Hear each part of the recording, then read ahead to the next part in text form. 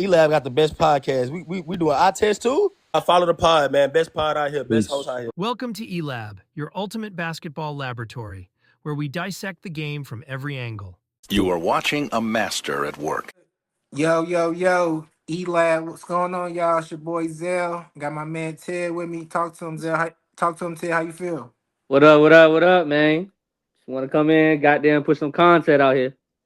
All right, man. Let's go ahead and get straight into it, man. Like NBA draft was last night, man. How we feel, man? A lot of Ace Bailey hate been going on, man. I know, like E-Lab, we not standing for that though.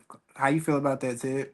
Yeah, it was crazy though because it was like they had a lot of theatrics and antics that led up to everything, and I was like really on the other side in regards of like worried that his draft was going to actually drop. But then when he actually got drafted to the Jazz, I was shocked because those are one of the teams that he actually named and said he didn't want to be a part of. And despite him denying the interviews and some of the workouts, his potential was still louder than the hate. You know what I'm saying?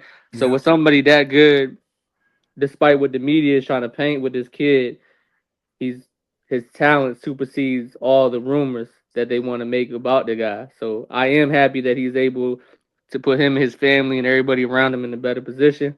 All he has to do is ball out, learn the NBA speed, and try to do his best to be able to turn the franchise around. So I am happy for him. You know what I'm saying? Because two of the pod members that are not here right now, they're from Chat, and that's where he's from. So big shout out to Chat and everybody from out there. Yeah, shout out to chat for sure. But yeah, I definitely like just seeing how everything panned out. I feel like if we got somebody to blame, you can only blame the age in this. Cause I feel like you know what I'm saying? What he 18 still? 19? Pretty much, yeah. You know what I'm saying? He just a kid.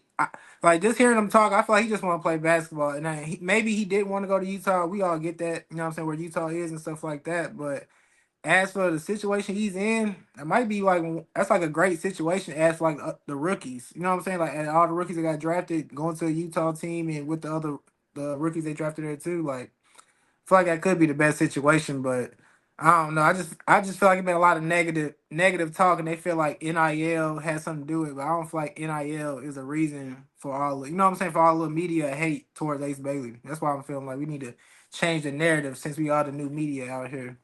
And what people don't really realize is with Utah obviously being a struggling franchise right now, obviously, we came up on the era where we seen John Stockton and Karl Malone transition to Darren Williams and AK-47, College Boozer, and they've always been competitive. And even with, as of the recent years, with Donovan Mitchell giving, um, it's just interesting to see that this has the ability to be something like that in regards of being competitive, doing what they need to do, but they're gonna have an identity structure because who do you want to start? Collier for the future, Colin Sexton for the future, and then also you got Keontae George, you got Laurie Marketing. Who do you want to have to start? Does Ace Bailey automatically come to Utah and become the star, the number one option, or do you kind of ease them in since you don't have high expectations? So that's gonna be interesting to watch for Ace Bailey fans like us.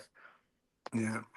It's gonna be really interesting, but I feel like the way the Utah, I feel like the way it's been going, most players they go to Utah, get their money, ball out, and once that contract, you know what I'm saying, when that new contract hit, they get up out of there. So I just feel like this best bet just ball out. Don't even worry about the outside noise. Just go out there and hoop. Plus, you know what I'm saying, you at Utah, so it ain't no negative stuff that he can really get into. I feel like out there, so I feel like it can play a positive in my opinion, honestly.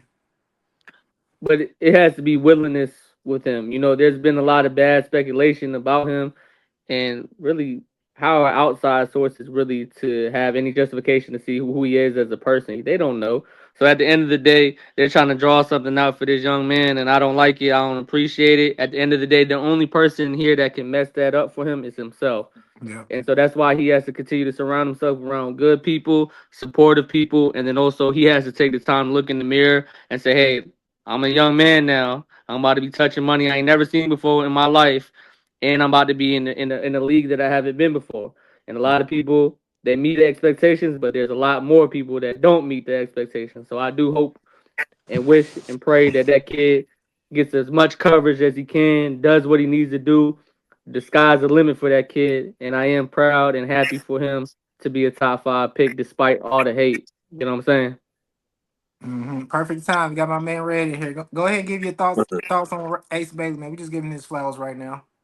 Man, I think he was probably one of the most gifted athletes in the draft. I'm a little hometown bias, you know.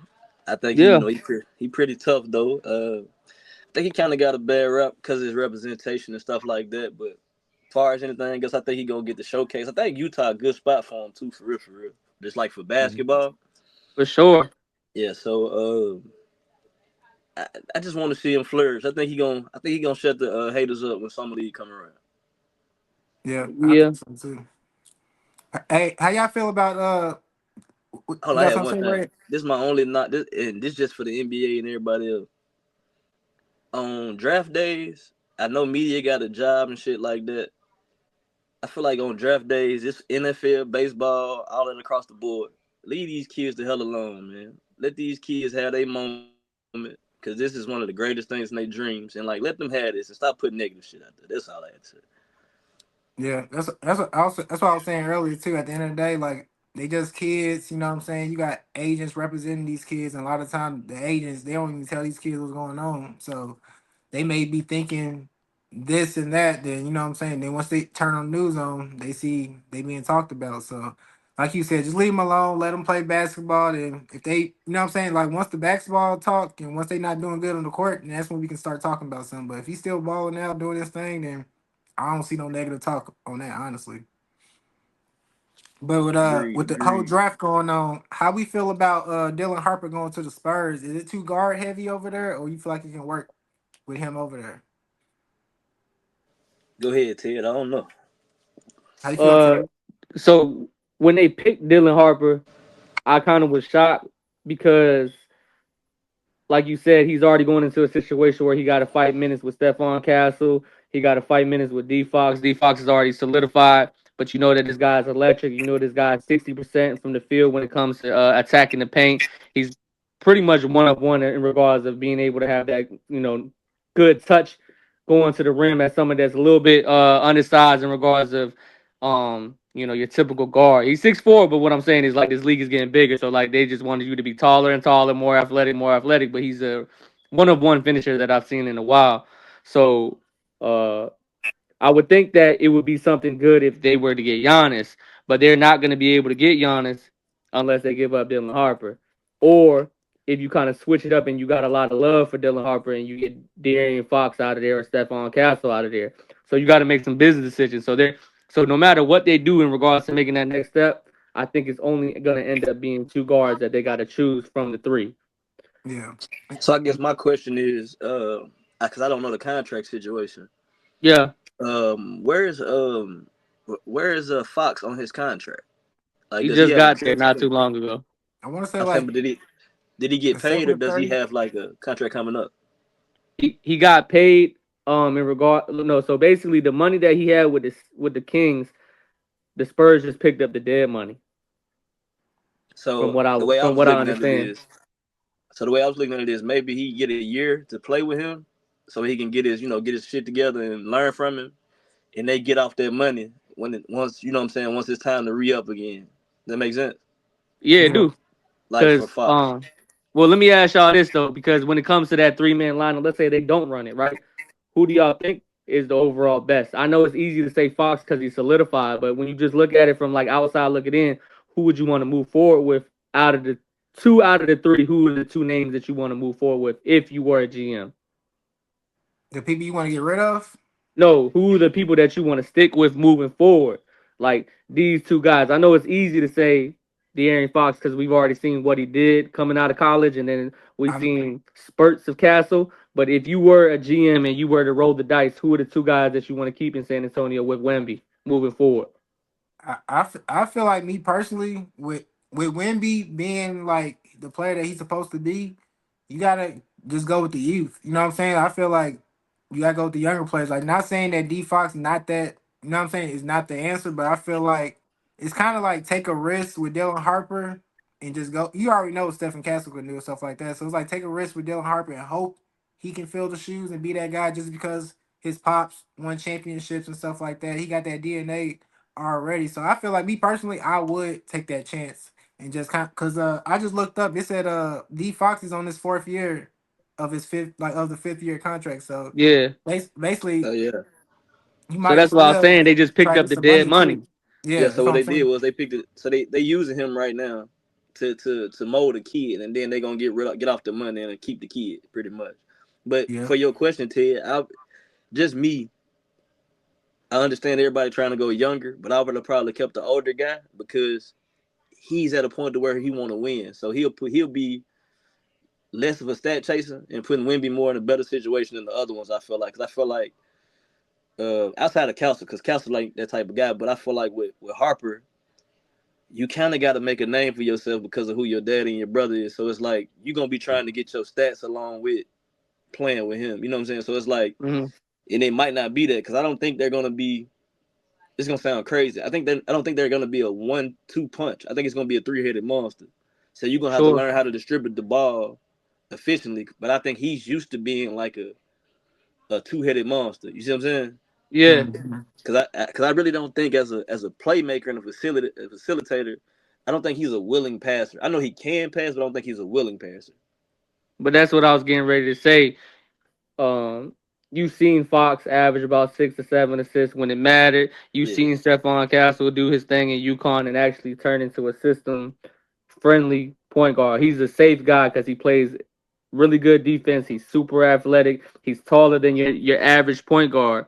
So he has the intangibles that's already set in stone for San Antonio type basketball.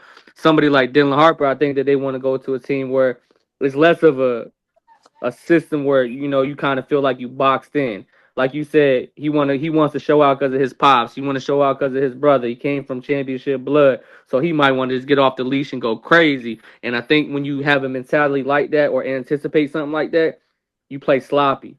Your percentages are going to be low. You're going to be a turnover machine. You may force a lot of shots that you end up making a habit for yourself. People don't realize like that stigma stick with you to be a bad shot maker. You don't want to be that guy. It's okay to be that guy if you actually flourish in that, but people can't live to be bad shot makers. So I think that with him being so talented, you want to take the more difficult shot because it still looks easy, but that's not what you want to pick up habit wise. So I do agree with Red because I do want to show because we've seen D Fox lead teams in the playoffs or the play in. You don't see that right now with Castle yet, but that's because you got him playing the second fiddle. But when Wemby comes back healthy, then you got to ask yourself who complements Wemby's game the most because this is a guy that you want to be MVP, DPOY, all that, and then championship aspirations. And if you want your Robin and your third fiddle to complement his game, because the system is going to surround himself around Wemby. We all know that. that's facts.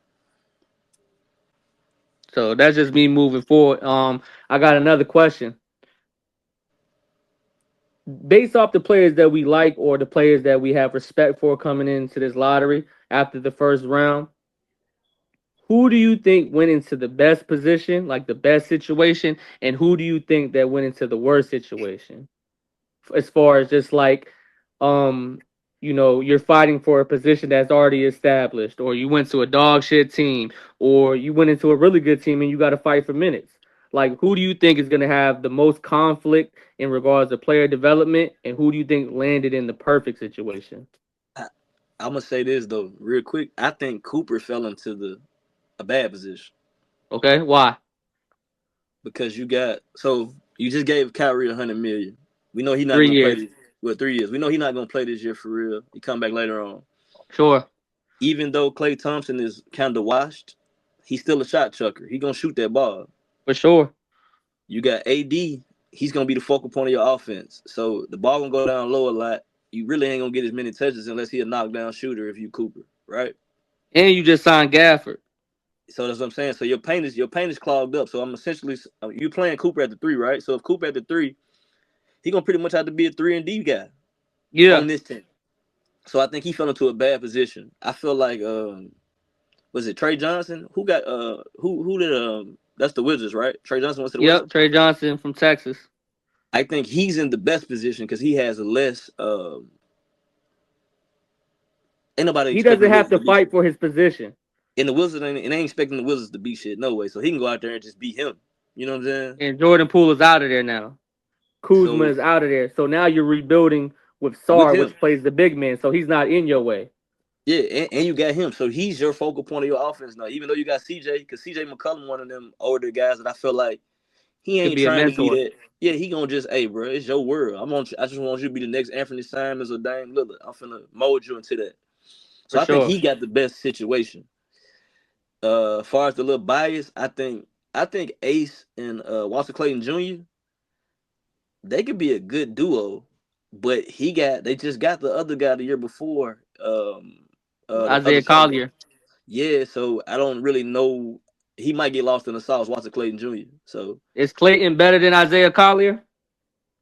as a scorer, yes. Okay. As But an athlete, no. Well, I can't even say that because Walter Clayton an athlete too, but Corey just does it on a different level of athleticism. If that makes sense. he doesn't turn the ball over, and he's a high assist guy from USC. Yeah. So So I it's think like that I it kind of like that depends because on what I it think in depends on his what you second need year though. he pushed Colin Sexton to the bench though. That's impressive. But that ain't hard to do though. If we being honest, don't no team Yeah. really like Colin Sexton is a glue guy at this point in his career. Yeah. So I think he might even get pushed deeper down depending on how Walter Clayton Jr. play. He might even go to the 7th or 8th man. Talking about So Colin. yeah, so Because I let me think ask you that: does Keontae George get a starting position now that everybody's moving around? I wouldn't see why not.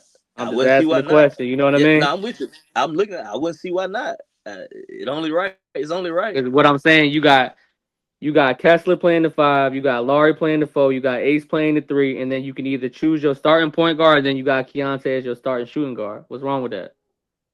I ain't mad at that lineup at all. Yeah, You ain't got no argument for me. You yeah, ain't got no. and that's the reason why I asked, because like George is kind of showing me Jordan Clarkson potential, but So how also does sometimes we learn from good? history that some of these 6 man guys that have been really good are not natural starters and they don't actually play well as starters. So that could be a conflict to his game. But I'm not sure though, because if you go kind of small like that with Isaiah and you go Walter Clayton, that backcourt is a little small for NBA I was comparisons just. for other I was people. just gonna ask you that. I was just gonna ask you that. I was gonna say who gonna Like be on that second lineup. I was just gonna ask you that. Cause my thing is this: you keep Jordan Clarkson, you keep Keontae George, you keep Collier or Sexton or whatever the case may be. Your second unit is smaller than your first unit, and your first unit is not big. So I think that now you force the speculations to stop with Ace Bailey. Ace Bailey is now going to have to become a really, really good and locked in, focused defender because he's going to have to overcompensate because of how small his 1 and his 2 is. So I think that this is a good thing that it will mold and force Ace to really be a really, really good defender. And I hope and pray that he ends up being one of the best two-way defenders in the league. Period. But who you guys is? We can't hear you, cuz. I can't hear you, Zell. But moving forward, I'll Check. just go until you get your mic straight. Um, I think I've been talking about this kid for the last couple of months, and everybody know that I've been real high on this guy. And it kind of shocked me because they said that the mock draft that he was going to end up going to Brooklyn, and I hated it for him because I'm like, dang, this kid about to fight minutes with Cam Johnson, Cam Thomas, and D'Lo. I said he ain't gonna get no love, but he ended up going to New Orleans. And I know that CJ is gone. Trey Murphy is looking to be on the chopping block. So then now he'll have to fight minutes with Jordan Hawkins. And I like this Jeremiah Fears kid. I think that he is Yeah. That's a good pickup. uh overall his game is polished. And I told you, man, like just having that much energy. I know that Trey Johnson from Texas got a lot of love because they had a better record. But I done seen Fear. Jeremiah Fears fight Kentucky by himself and almost win. And He I was felt like, man, this he felt in huh? a good position. He felt in a good position. The Pelicans actually did good in the draft. They So did good in the draft and in the draft and in the trade situation. The Pelicans did. right, because I don't know if Trey Murphy stays or goes, and I don't know if Zion stays or goes, but for either one of them, if they trade any of them or both, he automatically goes into a great position as being one of the best offensive options on that team. Did But they if just re-sign Trey Murphy? I thought they re-signed Trey. if they did, then that was my fault. So then that's a good situation because that's somebody that you could actually mold your game towards. Because he's a two-way player, and he's learning. He's actually learning the game. And before he got injured for the season, he was putting up real good numbers, bro. And you even made a video about him because you a big Trey Murphy fan. So just seeing that, I like fuck with you. that just somebody to have not just a veteran presence, but somebody that could slow you down when you wilding in certain games or you having a bad game, they could pick you up. Trey Murphy seems like he's a solid guy, and then also, if they keep him, which I doubt, but I do want to see him flourish in New Orleans to get a little bit more attention. You got Herb Jones. He's a lockdown I like defender, Herb. I so like he could Herb. teach Jeremiah Fears some of the tricks and the Herb. trades of how to be a scrappy defender. So you got somebody that could teach you the offensive flows in Trey, and you got somebody that could teach you the defensive cues in being a good player. So I think that he fell in the best position because he got a lot of people that can help the weak points of his game and slow him down if he ever gets out of control. And then I think the worst situation is the kid from Duke, right? The center. He got Went to drafted. Phoenix. Yeah, right. You got drafted to Phoenix. They just got Mark Williams, and then they had the ISO or Isu dude that was already there, and then they had another light skinned brother. I can't remember his name, and he plays center for Phoenix too. So it's like, what identity are they trying to build over there? Because what are you just I gonna think be they got. another, huh? I think they got him just. I think they got him just in case Mark Williams can't pass the physical or not is not able to play. But even then, you still got two more centers in front of you. Are you automatically gonna get time in front of them? Because you They do still got a got Nick better jump Richards. shot, huh? They still got And Nick Richards over there That's too. the guy I'm talking about. They got Nick Richards and they got that Isu dude. Then they got Mark Williams off of a trade, and then you draft the guy from Duke. Like, what he might. direction are we going to? Are we doing He this might for be. trade bait? Yeah, I I was just feel say he might like be trade bait. they both got that Duke connection. They kind of know each other. I feel like I don't know. It don't make sense to me to have It those don't big make sense. men, but maybe they just want him to learn from Mark Williams in a way or something. I don't know, but it You don't you make no you had a sense. really bad final game against Houston where you because people don't realize the day that he had that game, he had Hmm. got that notification that he thought he was gonna get deported. So then you're playing the biggest game of your life at that time, and then also know that even after this game, you're gonna You get can go. deported. So his mind won't there. But now that he got cleared and everything of that, he got all the logistics straight. Now you in the league.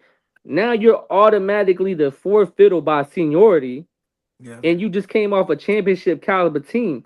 Do you think that stuff like that kills your confidence because you know you don't go straight into a situation, or does it make you better because you got to play harder? What y'all think?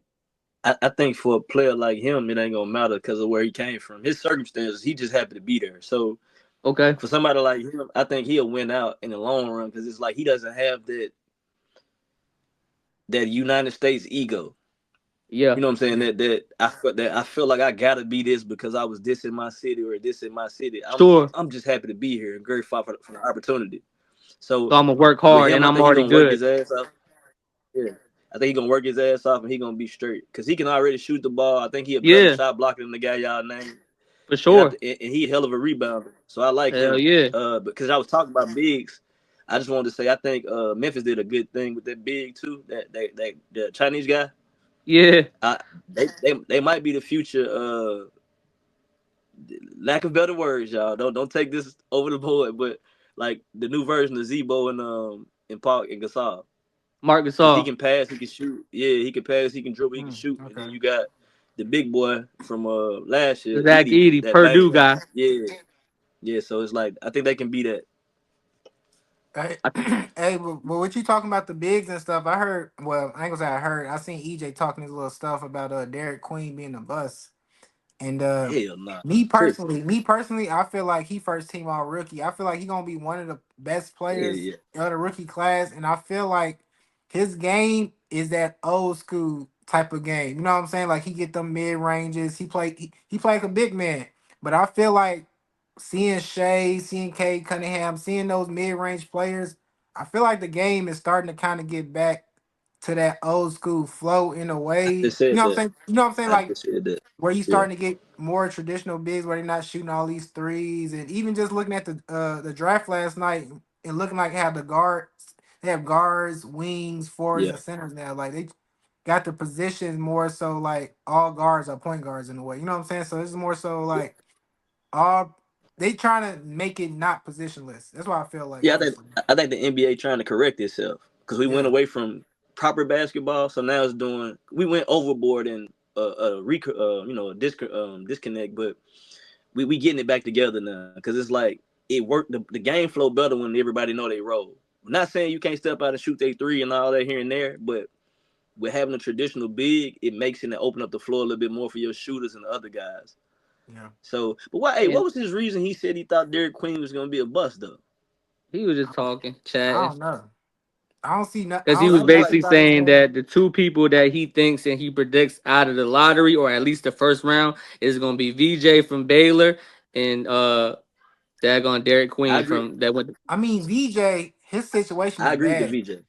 That's why I VJ, was gonna say his he's in a situation bad terrible. situation. He's in a Yeah, bad situation for that to be true. That's the Can only thing y'all I can can say y'all about that. explain why you feel that way? The position, because he a two guard. the He player can't. that's there. I was gonna say he a two guard. He can't shoot. That's one of his biggest weaknesses. He can't shoot. He's stupid athletic, but Is you he got too too much little to running. play the three? Hell yeah. He got to be like what's the name? What's his name? Derek Jones that be Cause think, jumping over Dave Jones everybody and Jr. stuff. He but got if but he even kind of like that in a way, but he got to work on his yeah. offensive game. Like he a defensive player with who can just jump. But even if you think about it though, Philly got two young guards that have presented themselves as nice shooting You guards. not gonna get no burn over McCain or Maxey. Yeah, McCain and Max. And what's the other guy? Wasn't another one? Another young guy? No, it was McCain. Quentin Just Grimes. they got Justin Quentin Edwards, Grimes. Kentucky boy too. Quentin Grimes Yeah, yeah, so you got three guys that you not finna play over. and Paul Then George. Sorry ass. and Paul, they gonna play Paul George based off politics and the contract and the That's money. what I'm So he saying. has So to you're play. not Contract even gonna out. get no type of burn. Yeah, So for it's a bad VJ, situation it's a bad situation. to be the third pick. That's a bad situation. But they had to do what was best. I ain't gonna say they had to do what was best available. I think they looking at VJ might play a little bit more because they looking at injury. Because a lot And of them not guys got hurt, and a and lot of them not guys player coming back. type, but I think they're gonna try to carry him like Brandon Boston and Imani Bates. Like these Yeah, guys went into bad situations. They were good players in college and things of that nature, but you just get put in bad positions. That's why I'm going back to your point, right? So He you played said defense that, though. we're going back to an era where it's traditional big man, two big man type of lineup where these guys can bang, these guys want to work in the paint, these guys are good screeners. So let me ask y'all a question. With Derek Queen, we know that he's an undersized guy that played big man for Maryland. hmm Um, how much better do y'all think that he is than Kenny Lofton Jr.? And the reason why I asked is because they have the same play style, but I don't think that Kenny Lofton was able to get the opportunity like Derek Queen is. So when I'm talking skill for I'm skill, with you. don't you think that they have a similar game? And then why don't you think that Kenny Lofton's game translated if this is a game that we're looking for Derek Queen? Just asking. I'm playing devil's It, advocate because I do it, think it, he's ain't, a baller. it ain't got nothing to do with Kenny Lofton skill set. It's his Okay. size. it's He's out of shape. politics too. So it's one of those. It's one of those Zion Williams situations. He's too Okay. heavy. Okay. With the guy with damn, I forgot his name. I can't think his name. But with him, Derek Queen. he's yeah, Derek Queen. He's more agile. He can move a little bit better. They got the same game, but he's just a little bit more agile. And you kind of trust his body more than the overweight guy, if that makes sense. Yeah, you do. But I think Kenny Lofton is better than him. If you ask me, if you ask me to pick, I'm picking Kenny Lofton. Kenny Lofton, he's a pure bucket. Like, I feel like if I need somebody to go give me a basket, I'm gonna give it to Kenny Lofton. Not saying that Derek Queen can't do it for me, but I feel like it don't really matter to the person that's guarding him. You know what I'm saying? I feel like Kenny Lofton, what he's shown us, he can just go out there and just get to it. So I definitely have to choose him in that situation. That's a bet. I was just asking because they remind me of kind of like the same skill set, same player, but also like, you know, I don't know, man. I just hope that he does well, even though he's undersized, because I think that his skill set is going to take him over the top. and he's going to be in a good position where as long as he learns the game and where he needs to be in his spots for Trae Young, if Trae Young decides to end up staying, I think that'll be a good thing for him. But I think that if Trae Young does decide to leave and he takes some money somewhere else, it's going to be super tough for him to score without that facilitating touch on his team. Yeah. You talking about the big man? Yeah. Yeah, like if Derek But Queen, if Trae Young leaves, then it's like, damn, who can teach him the game or how to roll and when to roll Atlanta, and Atlanta ain't finna let Trae Young get out of there without giving him something. yeah. For a team to get Trae Young, they finna have to give up a lot. Atlanta ain't that dumb. Like they ain't that dumb. You gotta I get feel something like he back got for he Ice got to Trae. go. Because He you got to get got up out there Porzingis ASAP. and you got that other big man, so he can hide on defense if he does struggle on defense, in my opinion. Because now Facts. you giving Atlanta height now, so now you are able to hide some of these guys because you got somebody that's a pest of Dyson Daniels, and then you got Porzingis as a shot block, and then you got the other kid that plays in Atlanta that he's showing spurts of Clint Capella, and then you got Derek Queen, and then you got people coming back. What's the kid that tore his shoulder up for Atlanta? He was really, really good. Jalen Johnson. You got people like him where you got offensive options that Trey can have that maybe he wants to stay and wants to be a lifer. Who knows? I don't know. But I Hey, think that they What's my guy that hmm, just got drafted? I mean, coach. What's my guy that just got drafted? That didn't play that much last year. Who? What's it? uh He had the shoulder injury. I want to highlight him too. I just can't think of his name. are you talking about Jalen Johnson? Is Nah. that him? The like Who he went to? You talking about the rookie? No, You he talking about a Oh, you talking freshman? about the rookie that got drafted this year? yeah, this year, yeah. I like his story. He need a documentary. The guy that he ended Damn. up paying for school and walking I on it heard and about that. became lottery. Because he was lottery. Yeah. I don't know. Yeah. Damn, we got to just pull What's the his pull name? the daggone lineup back up. I know he's talking I about don't though, wanna Red. get off the, and I don't want to get off the thing because it's been tripping. That's what I was trying to do. But Yeah. yeah, And then he tough though. I like. moving forward, just a quick pivot. Out of everybody that got the Achilles injury, who do you think has the best opportunity to bounce back without it looking like they missing a step? I think, to be honest with you, I think really all of them. Because if you think about everybody that hurt their Achilles, none of them guys are high flyers for real. For real, all of them play below the rim. So I think all of them really can be straight. Yeah. And the reason why I asked because I done seen you know Kobe and KD. I done seen them rehab, but I didn't see Kobe come back to be the player that he was before the Achilles all the way. And also age played a big factor into it. But I done seen He KD rushed it bounce too back though. from it, huh? But I think KD's worked because KD didn't rush. Kobe rushed. You can't Yeah. Yeah, rush KD Kobe took somebody his right. time. like that. And Yeah, that's like why, so, like like you that's why I said, said, rest the whole season. You said that. yeah, rush the whole Don't season. rush, don't Yeah, come back. I Yeah. get it that you're Jason Tatum and you're Halliburton. Y'all came off of great playoff runs. Don't rush. Take I your feel like time. I feel like Jason Tatum with the whole direction like Boston's going into, he's most definitely gonna take the most time possible off. I feel like just because it's gonna be it might I don't like right now it's not looking like a rebuild in a way, but they But it are is. yeah, that's what I'm saying. So it's it is. like Yeah, they once trying to get they off that once money. once they make that Jalen Brown move, then that's gonna be like, all right, this Them is boys was money. talking So, about question though, Jalen Brown for Sabonis team one gonna for take it? one. Yeah. So that's when reality's gonna hit That them. That's ain't when they're bad. gonna be like, all right, let me just sit back. Let me They not said rush. they said one for one Sabonis for Jalen Brown. I said, I I don't know. mean, But I wouldn't take that. You wouldn't take If it. I'm Boston, I'm not taking that. not yeah. You just got Nah, the Simons, only right? reason I'm That's not, not enough. I, Simons, Derek White, we don't know. Honestly, Jason right Tatum. now, Listen, you gotta think about I'm with contracts. you, If it but makes sense on the numbers, then do it. yeah, I You're get you. not I about was to gonna win say nothing. You're not about to win nothing. that's what I was gonna say. As far as money, I'm with you, Zia. As far as money, I'm with you. But if we saying for our talent for talent, I'm probably gonna take Jalen Brown.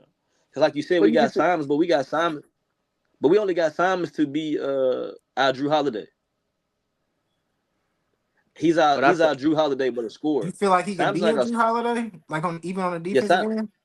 not on the defensive end, but he can score. Yeah, he can definitely score. We know that.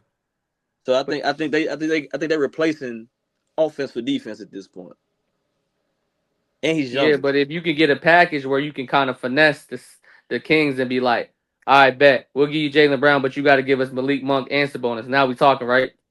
Yeah, I'll take that because it's more Yeah, it's more valuable. I got a shooter and I got a big man, so I'll take that.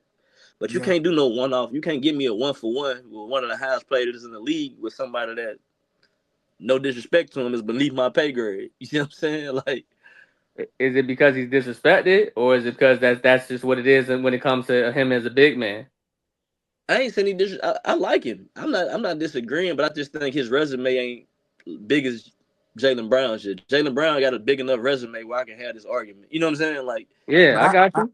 to me yeah, personally, I wanna score on the wing. You know what I'm saying? A guy who can give me 20 to 25 points. That's what I want. You know what I'm saying? Like Sabonis, he can do that, but he's not a wing guy. So I need somebody with and JT being out. Simon's that.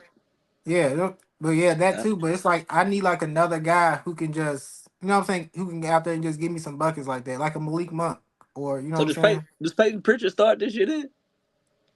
If they keep You him, tell me if you believe in him. they might That's what trade I'm him. saying. I fought with him, but I just don't know if you start him. Like, you know how, like y'all just said, some people aren't starters. Some people are designed to come off the bench. I like Like him off the bench. like we was talking about TJ Nash the whole playoffs. Off the Yeah, bench, Yeah, TJ Nash is a problem. When he got put in the position to be a starter, 7 turnovers. couldn't do it. See what I'm he was saying? nothing up, nothing up. Yeah. And he hooped. I ain't gonna lie, he still hooped. You know what I'm saying? But it's like them 7 turnovers is because you ain't used to the Florida game all the time. You used to playing with the second unit. So when you come in with the first against the first unit, it ain't the same. You see what I'm saying? So I just don't know if he ready for them big shoes yet. Them But some I'm big shoes glad to that you fit. even say I'm glad that you're talking about them shoes. So let's talk about shoes. Let's talk about the fact that this is your guy. You're gonna smirk when I bring him up. Austin Reeves declined 60 million extension for the Lakers. So now Oh, the reason why I'm bringing that up is because obviously you're not gonna get no touches over Braun, you're not gonna get no touches over Luca, and he may have that might have been in his head now. But also what I'm saying is since you declined that position and you look good because they took the pressure off of you, can you be the man somewhere else since you denying 60 million? Or are you gonna end up like a Shaq in the Fool situation with Dennis Schroeder, where you had 80 million on the table, you said I wanted more, I declined it, and then you ended up taking, I think it was like 7.7 with Brooklyn. He And became a then journeyman. he became a journeyman. I'm always for niggas betting on themselves. With AR, I think he young enough, and I think he can. Even though I fuck with AR, y'all just was mad disrespectful in that conversation, so I disrespected him back. But I Right, fuck with right. AR. I think it was the right thing to do, bro. Is he a bona fide starter? If Tyler Hero is, yeah. Nah, don't say that. Don't say that. Just say yes or No, no. Is he a like bona fide I'm like what saying starter? I'm saying, I'm can he go to I'm on this. I'm can gonna he go say to yeah. I'm gonna Milwaukee say right yeah now because and I'm gonna say average yeah. 23, 25? I'm gonna say yeah. I think he Damn bona it, fide starter from pros. what he showed us. Hello. So you thinking that he can go to Milwaukee and be 23, 25, somewhere around that neighborhood? I think so. Hell yeah, with Dame gone. Hell yeah. Yeah, with no He name, changed. Hell yeah, with easy. Dame gone. Okay. Yeah, with Dame I gone. just Hell yeah. wanted to make sure that we believe in him because bruh, Look, y'all know what time I it is, bro. I There's a ain't the big real hater, difference bro. Hold on. between being a number one option and a number three option, bro. Y'all know Yeah, there's a huge difference. but Yeah, that is true. but he been playing the number one option though. That's what I'm saying though. He's played the Yeah. number one role for damn near 2 years, so Yeah. he's held his own, bro. I like him. It's I just like him. It's just my shit interesting to keep see losing. that he declined that 60 mil. Because me being somebody young like that, I might have to took that 60 mil and know that Braun's gonna leave after. Was it 60? I thought it was 90 for real. If it's 90, that's even crazier than Red. What you Oh gonna get well, if it 120 somewhere? hold on. If Hold it's on, 90 let me see million, that I'm saying. staying. If the money right, I'm there. I ain't gonna lie. You know my view. If the money right, I'm staying. 90 But I million think as a third option. I'm there. but I think he betting on himself because he looking at like, bro, they not going. I'm not gonna get to play, bro. Like some people ain't about the money. Some people is about what they Yeah. want for their legacy or their dream. You know what I'm saying? And I think he Yeah. just think he want to Hey, play. it's a 89.2. So yeah, 90 million. Oh yeah, I'd have signed that bitch. Hey, sign me up, Mm. coach. Yeah. Yeah. Sign me all the way up. I So ain't going well to you, what is it? dog. 4 year deal, 3 year deal? What was it? Yeah, 4 years. Yeah, I took them 4 because by them 4, within 2 of those, LeBron probably gonna retire. I got 80. Well, I got 90 million in my bank account, But and then I but can go let's somewhere else. but think about that. That's 90 million in LA. So it really is like 60 in Dallas or something like that. So you gotta think about Yeah. them taxes. It really not that much. So he probably getting like So, 60 million. so where you gonna go? What's his contract now? Is the better question. That is a good question. I don't That know is a what good the question. is. Because if you denying 89.2, that means the agent is in your ear telling you that you can get 120. Well, nah, bro, you gotta think he's always bet on himself though. Like, remember, even coming into the league, he told his agent, "Don't let me. I don't want to play for no team. Tell him to let me go undrafted. That way, I can make my own way and get my contracts faster. Because like Yeah. this is third year, he got his contract faster, so it's smart. But at the same breath, if you can get 90 for 4 years and what he like 20, 24, 25? Yeah, because it's he on a 4-year 54 right now. So yeah, Oh he yeah, gotta take shit. that. You just Yeah, I got. I mean, mean, you got sometimes. You got to just take the money, and then if it 4 don't year work out, 54. Dylan Harper getting that. He ain't even who suit up yet. yeah, yeah, yeah. But That's Dylan even Harper, more reason for me to go get that money, and I get what y'all saying. but you gotta think about yeah, this though. Dylan Harper, the number 2 pick. I'm undrafted and got 54 million. So that lets you know my way has been working by betting on myself. So if he bets on himself within this year, he can force a trade. All he got to do really, bro, if he maintain the same numbers he had last year, that contract guarantees somewhere else. yeah. I think so. 'Cause I feel like with what's there and what he did in LA, I feel like. But the thing about it is, I don't know what team he can go to though. That's the main thing. Like, I where don't you know. gonna go and be the man at? Yeah, that's what I'm saying. Like he don't even have I to be just the man. said He it. got. I just Where? go to Miami. They over Tyler Hero shit, man. They trying to get rid of Tyler Hero. Go to Miami. It had to be. It's not an even trade, but it'll have to be a trade. That'd be foul though. Think Yeah. about it, because he played more of a game that Bam can actually flourish from. Pick and roll with him and Bam. If I'm getting downhill, you gotta help. He can throw the lob. He can shoot the ball. He can pass And the he can ball, hit the mid range. and he can score off the dribble. He can create his own shot. Tyler Hero ain't no shot creator. If we been honest, He tried to be. That's what he's we just say. yeah. That's what I'm saying. He uncomfortable in that position, so it ain't a bad move. I mean, that's the only thing. Oh, he can go to Orlando and be used too. Yeah, him and Jalen Yeah. Suggs would be crazy. Yeah, he can go to Orlando. They Well, both play yeah. defense. But I can see him going to like a small market or something like that. You know what I'm saying? Like Orlando. Well, not OKC of course, but like a Orlando or something like you know what I'm saying, like that caliber. So he'll be Milwaukee. would he be your starting one or Man, your look, starting two? if he come to Milwaukee I this started him year, at the two. He ain't gonna be my point guard. He if not he leading come my to, team. if he come to Milwaukee this year, he the point guard until Dame get back. But If I'm if he him, go to but if he decides to go to Denver, he's a two, right? who Denver got at the point? Shit, Murray. Jamal Murray. Yeah, I have him at the point guard in Denver. I'm Yeah, I'm just putting him saying, at just the. in case he Yeah, sell out, just in I'm case putting he him at the sell out and point. go to a good team. That's why I'm asking. So if he go to Denver, put him at the one, and let Jamal Murray play off the ball where he's more comfortable at. To me, I think Jamal Murray better two guard than the point guard. Okay. I'm trying to think of another team he can go to. I mean, they're not gonna want him, but you can go to Golden State, help out with the I ain't gonna depth. lie. Go to State. To be honest with you, go to State. You can't really be choosy at this point. You gotta take what the hell you get. Y'all niggas about over with. If we being honest.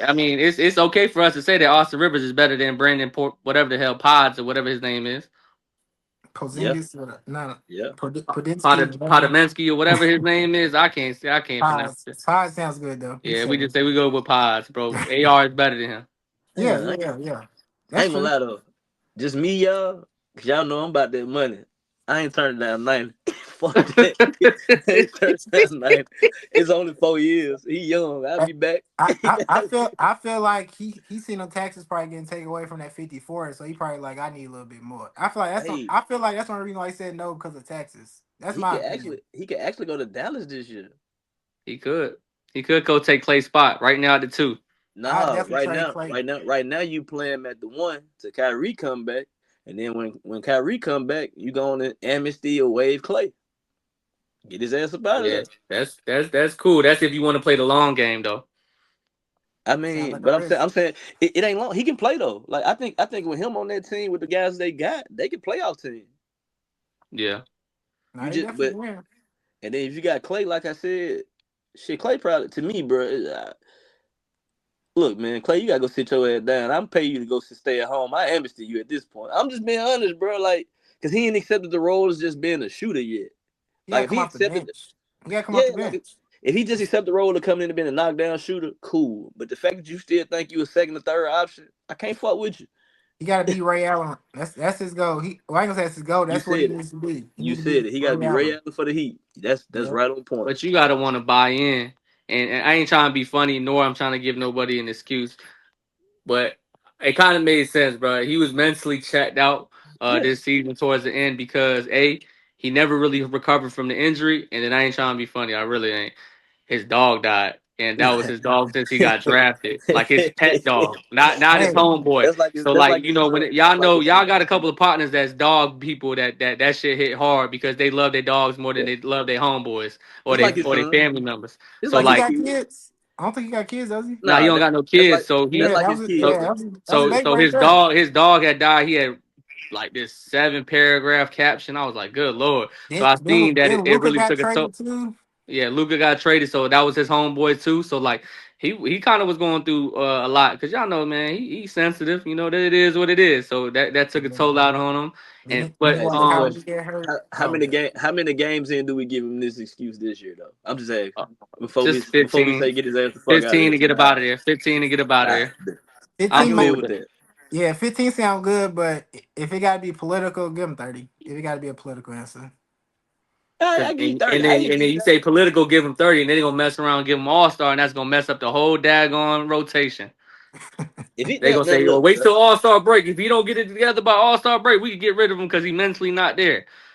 And that's what I say. So the reason why I bring that up is because I don't know if y'all seen it. Y'all watched pretty much whole first round. Did y'all miss a little bit? yeah, I watched the whole first round. All right. So let me ask y'all a question, right? So you know how like you know these younger generations, you know they a little bit less serious than we is coming Fact. up from our generation. So I don't know if y'all seen it, but y'all seen I think it's the power forward that played for South Carolina and he got drafted to Toronto. Did I y'all seen see his that. reaction? I seen that. He shook his head. And so I like seen that. I seen in that. that particular situation, I get it that you may be upset that you go to Toronto because obviously you got to go to Canada. It's a culture shock, or you feel like you got to fight minutes with R.J. Barrett, Scotty Barnes, and Podol. Um, you got to be able to hide that just for the fake Yeah, it till you make it till yeah. go ahead, hug your mama, kiss your mama, 1,000 cameras on you. go shake the commissioner's hand, and then you can hit the group chat with all your close homies and family and be like, damn, I'm at Toronto, fellas. Real quick, I'm glad you said that shit. The way they killed my boy in the media, and he held it and acted the way he was supposed to. They didn't say shit about that, and that what was crazy to me. It's like you got this guy that y'all trying to blackball and talk shit about, but he did everything he's supposed to do as a professional at this drafting on these cameras. But you got this guy over here that looks so ungrateful. Yeah. But to your point though, it's the money, fam. Like it ain't. Once you put this NIL shit in here, I'm really already spoiled, bro. You can't really tell me shit. I'm already a millionaire coming into the draft. I don't. This ain't changing my family life. It's just putting us in a far better position. If that makes Yeah, sense. Like my family life got changed with NIL. So Yeah. like when you seeing us, you see more people break down crying. You see more people doing this because they can break the generational curses of being broke or whatever the yeah. case may be. We really changed lives in this generation. That NIL they already set. So it's like, The bread shit, was I ain't already tripping. made. My family was Yeah, already good while I was in college. yeah. So it's like they ain't starving or hungry no more. So you know how that go, man. It's a little sense of entitlement from this younger generation. But I think that is weak though, because like with Ace, they It said that is. he obviously got emotional, and they were trying to paint it like he was upset, and that's why he was doing that. Versus like him being grateful and having a lot of gratitude towards still being a lottery pick. But when you with the dude that from South Carolina, he looked like damn hell no, this is the worst thing that happened to me. When you got to Yeah. realize, bro, this is your dream. This is where you play 3 quarters of your life playing basketball, and you finally had the big moment, and now you rolling your eyes and you look at your mama like, "Hey, look, we in trouble." Like, bro, I don't like that, bro. Hey, for real, he did look at it though. He like you gotta think Hey, about it. Like sometimes you don't even speak to your mom like that. For him to look at his mom and say that, yeah. Like basically, it like, is. look, like, come on, bro. 50 million is gonna be in your lap as long as you hoop, and Hey, you talking about some Toronto, and you mad but about but Toronto? That's just but how the dice Ted, roll. you seen you seen your boy Fears. You seen how he was looking at the draft. They Yeah, ain't worried about no money, man. They ain't yeah. worried about no Hey, money. look though, and then check this too though. This is just my luck because I've been the media. I'm really on my fuck the media shit right now. Yeah, yeah, yeah, yeah. The what's my guy name that got drafted? He got drafted late in the first round. He played with he played at Mount Verdi. What the light skin? Can you hear me? The white, Yeah, I hear you. Yeah, I'm white trying to guy. He think. white. from Duke. Yeah, he got drafted. Was he a Duke? I know he got drafted late. He was like number 27 to 28, somewhere in there. He like 20 Yeah, between he's like 25 I and want to say 30. he was the last one out of that Montverde 4 that got drafted, right? Yeah. Yeah. So this is my thing, bro. Like I said, my boy was the perfect professional, did what he's supposed to do. I hate how when y'all see him cry, it's he got tears of hatred. He don't want to be here, this, that, and the third. But then you look at this dude, and he's such a great teammate. Look at him. As soon as he said something about his friends, he broke down. He's crying, and I'm like, Ace and Dylan Harper was dapping each other up the whole goddamn transition. Like families were showing love. They first thing they did was they got a handshake. They showed each other nothing but love. But you didn't put none of them black people on the media for showing each other love. You just showed us as individualized people, individualized black people. If that makes sense. And I ain't trying to That's make a true race, though, but because no, you good though, because it's a good point though, because I got a good counter response that even helps your opinion. So pretty much like, when Cooper Flag got drafted, he knew that he was number one bona fide, so he wasn't really shocked. But when Kneppel got drafted, he was more excited about Kneppel, and they were like, "Oh, he's such a great teammate. Look how he's more excited about yeah. his teammate getting drafted than him." And then when you look, like I told you, the center got drafted, he was excited, but it won't like when Kneppel got drafted. So you know what I'm saying? At Like all. I can see what you mean by that, but then also it's like they always try to sway it differently for people that they don't want to excel Yeah. because of the media. But that's why when we said before you joined earlier, Ace don't got to do nothing out there except get better, continue Play to hoop, ball. try to your best of your ability, as long as your teammates help you to try to change the direction of the franchise. But other than that, there ain't no pressure on you, kid. Just go out there and kill. Yeah. That's Just go facts. out there and kill. But hey, but look, but last night with that shit though, they said Yeah. all that shit about them dudes being good teammates.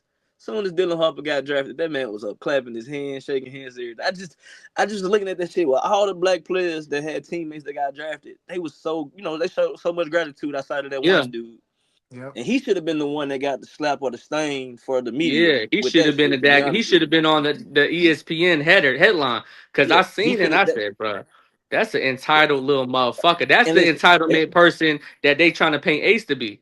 Yeah. and I do That's get I because do get the it's count of the them. shit.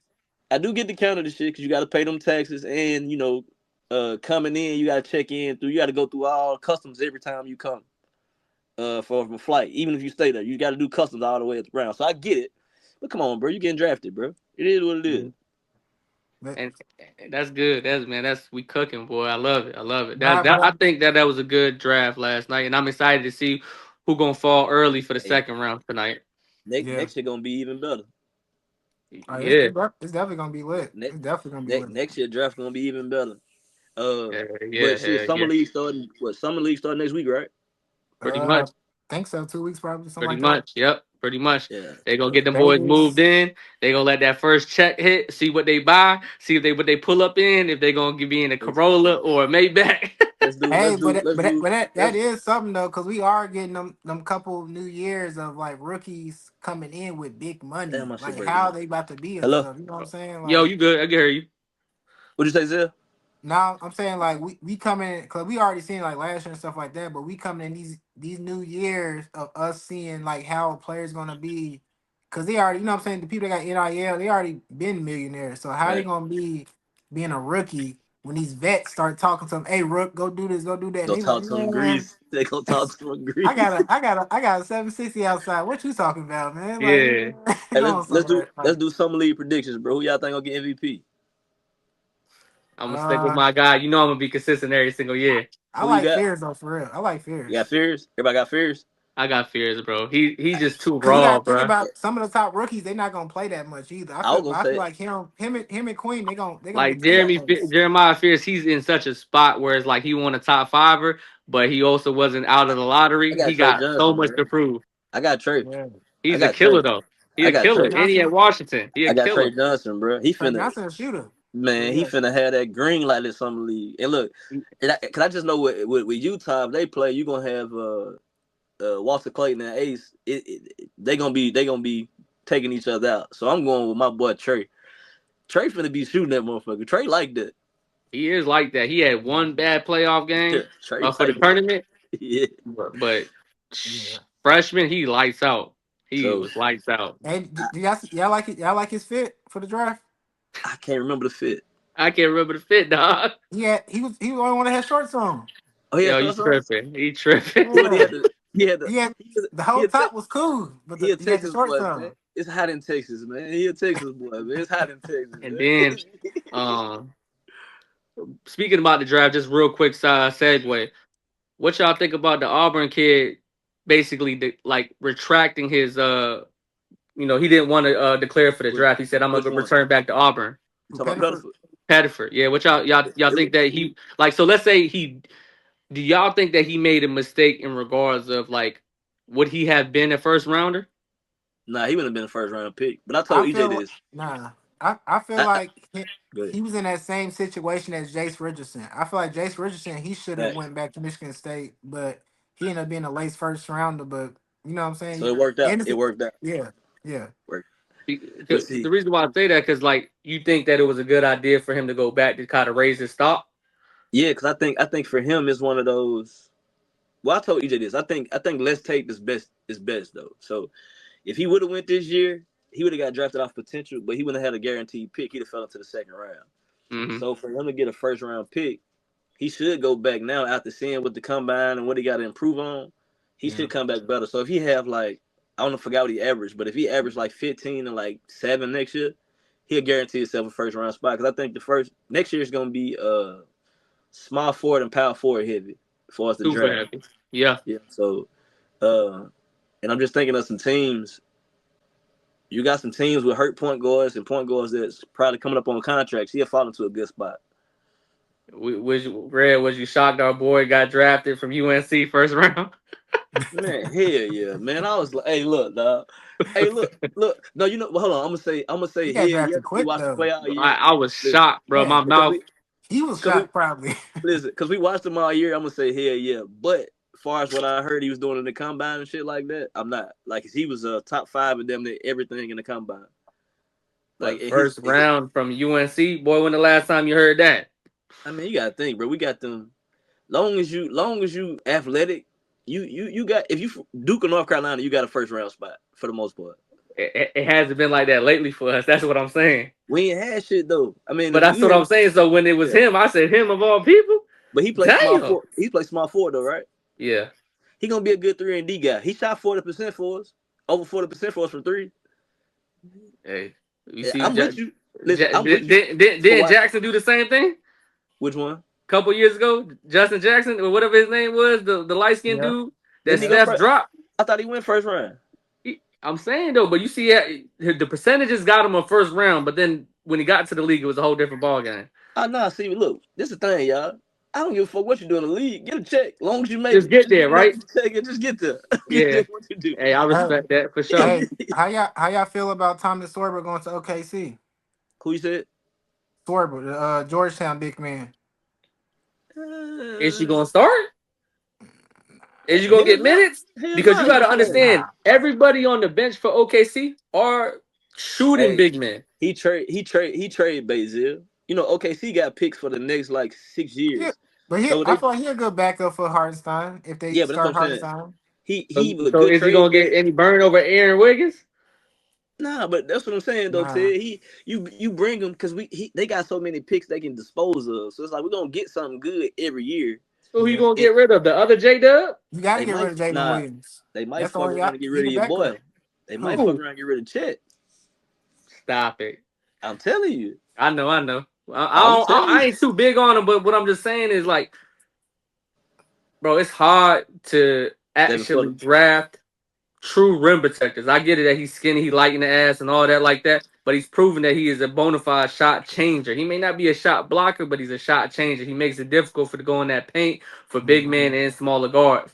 But if you out there and you skilled and you strong, you can move them, and it's been proven. So I don't know, man. I think that I ain't disagreeing. I like him. I'm just saying, I think you pick this dude up, let him play, and you showcase him just a little bit. Because like I said, you got picks for the next 7 years.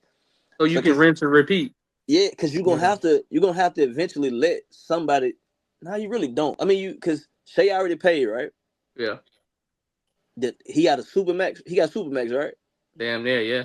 So it ain't shit else he can do besides go up a little bit more. And you got Jalen Williams. You gonna have to make him a max player at some point. Well, he gonna be supermax. He's an all-star. I just thought about it. So what if he walk? Then you happy, right? Not for team chemistry, but the fact that you ain't got to pay that. Now it's bad money. If you walk, then you save money. So I'm with you. But I'm just looking at, you're going to have to pay like 3 niggas supermax contracts. Because I feel like Chet going to eventually be an all-star too. So it's either you're going to have to get off that bag or you're going to have to pay luxury tax every year. Man, it's going to be a wrecking ball going to that bench. That bench is going to get smacked around because Casey Wallace and Lou Dort and Alex Caruso all want to get paid. They're not going to get paid the supermax, but they want to get paid that 60 mil for a year type money. You know what I'm saying? But I think everybody gonna get their money, but just not on OKC. This is my question though. With I think everybody gonna get their money. Caruso got a chance to, no bullshit, and it's gonna sound crazy as hell. He got a chance to put himself in that Drew Holiday light. I'm so glad you said that because he embracing it though too. So what I'm saying, don't they got the same career? Ain't they the same player? He got 2 championships. So when they won, his role was exactly like Drew Holiday. So he got age too, 31. So he got 2 championships. So with a guy like him, I feel like sometimes you're willing to sacrifice that bag for your resume. So if he sacrificed the bag for his resume, he can potentially make himself a Hall of Famer.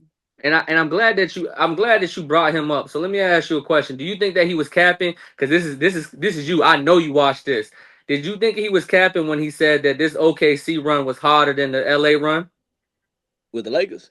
Yeah, he said that this OKC run for the championship was hot. No, he wasn't capping. And I'm gonna tell you why he wasn't capping. Why he wasn't capping? Because he won with us in the bubble, right? Yeah. So in the bubble, bro, if you look at our team and the structure of our team, okay, we knew we were gonna win, bro. We had 3 legitimate big men. Mm-hmm. Like I'm talking about legitimate big men, and we had a hellified bench with a bunch of names that didn't even play. You had Dion Waiters, you had J.R. Smith, you had Caruso, you had who the fuck? It was a deep bench for sure. We had a deep ass team, so no matter what happened, we was good money. I knew we was gonna win. Like that championship was set in stone. So it was harder for OKC's run because he was asked more? I think it was harder for OKC's run because they didn't have a LeBron James. They didn't have somebody, even though you got Shea ain't LeBron. You know LeBron gonna solidify you to at least that spot. Especially a younger Bron. With Shea and them, it's like they so hit or miss. You don't know. Like, cause they team, even when we was looking at the Pacers, we didn't know who was gonna have a good game and who wasn't for real. Like with J-Dub and other guys. So it's so it is harder if you've been honest. Like they lost more games, got blown out more, all that. And you gotta play harder defense. The Lakers didn't really play hard defense like that because we had rim protectors. So is Drew Holiday Hall of Fame? Hell yeah. Hell yeah. Yeah. First ballot? Is it first ballot? Y'all got to think too though. Drew Holiday got some starting years where he averaged like 20 points, and he was an all-star. He was in Philly, but he was losing bad. He's not first ballot. He first ballot. Not first ballot. So the reason why I asked, if you know what, go ahead, Ray. I mean, cut you off. But you know what makes first ballot really determine if they like you, bro. It ain't really based off your resume. Like if they like you and you personable enough, you'll get voted in. The reason why I asked, I said because I'm piggybacking off Red said earlier. If Drew Holiday get in the Hall of Fame, why Alex Caruso came? And it sounds crazy, but you got to take your feelings and what you look at away and really study his role, what he did, and the type of player he is. What's different besides popularity between Drew Holiday and Alex Caruso? Because, it's easy for me to say, well, Drew Holiday is the better lockdown defender. He's a little bit stronger, X, Y, Z. But then you ask yourself, is he? But don't the All-Stars matter too? Because Drew Holiday got All-Stars over Caruso. But I think that he had the opportunity to do that. It's all that shit though, Zia. Because I think it's college. I think it's high school, college, all that for the whatchamacallit, Hall of Fame. So he got 2 gold medals too. Yeah, and he got the Gatorade Player of the Year and all that. You know what I mean? So Holiday is a more accomplished player. Sure, but is he a better player? How many? I think it'll come down to if you asked me. Hey, look, bro. I'm just saying, is he a better player? No. If you asked me, hell yeah. Who? Drew Holiday is a way better player than Alex Caruso? If you asked me, yeah. And I think if you ask half the NBA, they'll tell you the same. That's cool. Because Because it's the easy answer. You said That's the it. way, no. but you said way better. We gonna say he's better. We gonna say way better. He's better. No, if y'all Let's just say asking better. me, no, I'm telling you what. I'm finna tell you why I think he way better. Drew Holiday proved, even though he was on an ass team, he didn't shoot bad percentages when he averaged them 20s. And he hella athletic, and he can guard 1 through 5. Caruso can too. Not saying he can't. Drew Holiday on the offensive side is better than Alex Caruso. Right hand, left hand. He got bounce. He can shoot. The same way that I seen the same way that I seen Drew Holiday give Luka and Kyrie a hard time in the finals is the same thing that I seen when I seen Alex Caruso give James Harden, Joker, and Halliburton all hell. So what I'm saying Oh is no, I he's ain't just as disagreeing with that. versatile. I'm just talking about. You said. I'm only talking about them versus 1v1 them. For I'm sure. going Drew. Okay. But if you talking about team impact, it's identical. But if you saying who better, if you telling me to roll the ball out and see who's better, I'm going Drew all day. Ain't You gotta mad think at you. about That's just me. in their prime. Come on now, Drew Holiday. Yeah, I'm not even tripping about that. Yeah, that's all I'm Drew saying. Holiday's way better. Now, if you say team roles, hell yeah, it's a lot. But even going back to them Philadelphia, when he was with the Sixers, when he played him and Iggy was over there balling out like that. Yeah. He was real good. You know what I'm saying? He was young. I Like, he looked was at really it. balling. I looked at it, and the numbers that Alex Caruso had in the championships on some of those particular games was competitive, if not better, scoring than Rondo when he won his 2 chips. I'm just saying. I looked at it. I said, But I'll say this though. Caruso's played with better scores than Rondo. For sure. Yeah. So it's like if I got a LeBron or somebody like that, my bucket's gonna be way easier than yours. Way easier than Because Rondo only scoring downhill. He only getting to the rim, and the rim usually jammed up. So yeah. I gotta go with the nigga. I'm gonna always pick the nigga that can shoot, even though I wasn't the best shooter myself. I was a streaky shooter too. I'm gonna always pick the nigga that can shoot over the nigga that can get to the rim because you got a better chance of scoring. And the longevity, Yeah, like, because once your athleticism leave, then it gets real crazy because you do end up got to be a lockdown defender. You see what they're trying to turn Chris Dunn into. I said, I don't know what they got going on. They're trying to turn that's what Russell Westbrook gonna have to be too. Yeah. When he goes overseas. Man, Russ ain't going nowhere, man. Like Russ, nah, he ain't going overseas. Russ, one of them dudes. Like even though they shit on him in the media, he loved by the NBA, like the players in the league. So they really rock with him. He's really he's that true vet that everybody wants. Y'all know what the fuck y'all up. Yeah. If he come over if he go over to Houston and play the backup, that'll fuck y'all up. That'll fuck y'all up. I thought about that though. That'll for fuck real. y'all up. I thought about that. I thought about that for real. I thought. Because you seen the shorty. The shorty asked KD that. She said, "So are you gonna bring Russ over here and we're gonna have a reunion?" He said, "Hey, look, we just made one decision at a time. We'll get to that. We'll get there when we get there." But he smiled. So basically, he was like, he liked the idea. Y'all better be glad I ain't got KD number. I'd be on his head right now, getting Russ over there, man. Hey, for real. Cause that's a hell of a pickup, dog. Yeah. And then, like you said, he got Steven Adams. You got KD. You got Amen Thompson. You got Jabari Smith. Me and KD ain't even got to be in at the same time. I can just play with. If I play with Steven Adams, that's a double. Y'all know what I do with him. So this is interesting that you said that when it comes to the backup, and the reason why I said that because the money is there, right? So officially, what they were supposed to do is they were supposed to pay Fred VanVleet $44 million next year. That's crazy, right? Because his contract was heavy. But what happened was they came to agreement. He said, "All right, Houston or no other team wants to pick up your dead money. So instead of us paying you 44, we'll pay you 50 for 2 years." So they extended it and stretched the money for another year. So now you got a little bit more cushion to play with in regards to picking somebody up. You playing for 25 instead of 44? Yeah, so it's 25 a split for 2 years instead of 44 for 1. So then they're gonna keep him for longevity wise, but then that messes it up because wait. You said he wanted 44 a year? No, he didn't want it. That was his contract. He was guaranteed $40 million. They were going to have to pay him 44 for 1 year. But they said, look, nobody's going to pick up your dead money. We like you, but we don't like you that much. So let's spread the 44 to 50 for 2 years instead of 44 for 1 year. That's good business for him. So there's good business for him and his longevity wise, but that's not the point guard that you want to move forward with. So that's what I'm saying. So you do bring Russ in there for like, you know, very cheap. Even though But you everybody know, in all the hood know that Russ is better than Fred, they gonna but try your boy. who You gotta give Reed Shelper a try. You picked him too high. is he a starter? No, I think to be honest with y'all, I not think right he's smart. away. I Not think right he's smart away. enough to be a true point guard Is as a he starter. better than Fred today?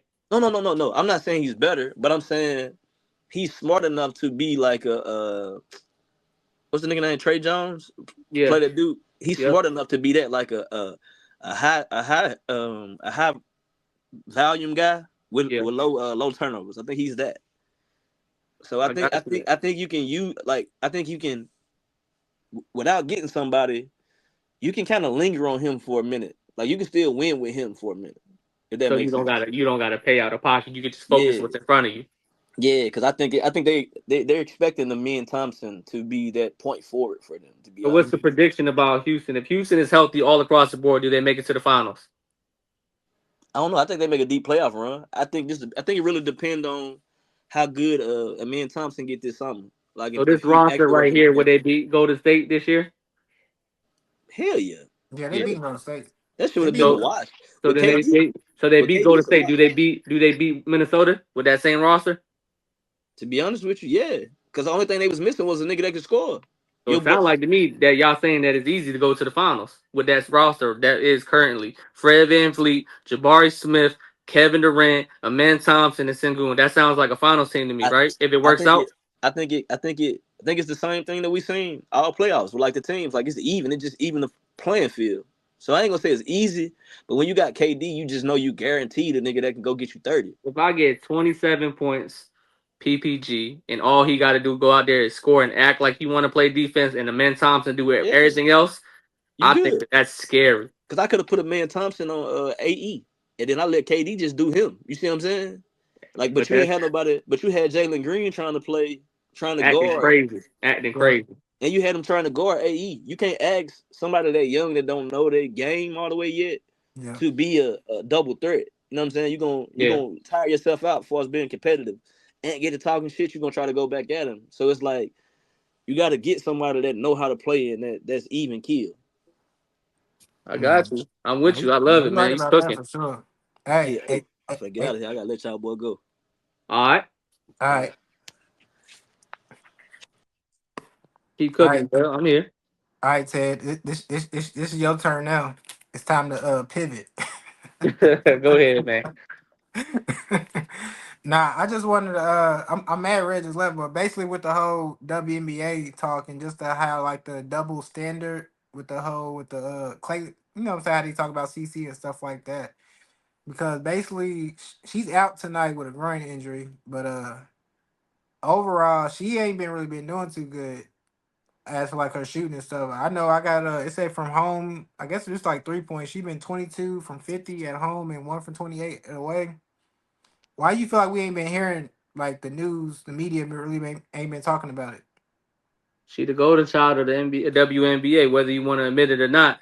So in situations like that, she kind of get that Steph role, right? When Steph had 10 points, Yeah. that was not a headliner. When Steph turned around and dropped 50, um, and was looking alive and was doing the nighttime, that was all over the headlines. So you don't want to diminish your golden child, whether you feel like she's playing bad or not. And that was the meal ticket. That was the reason why people watched WNBA and it was rejuvenated, whether you want to admit it or not.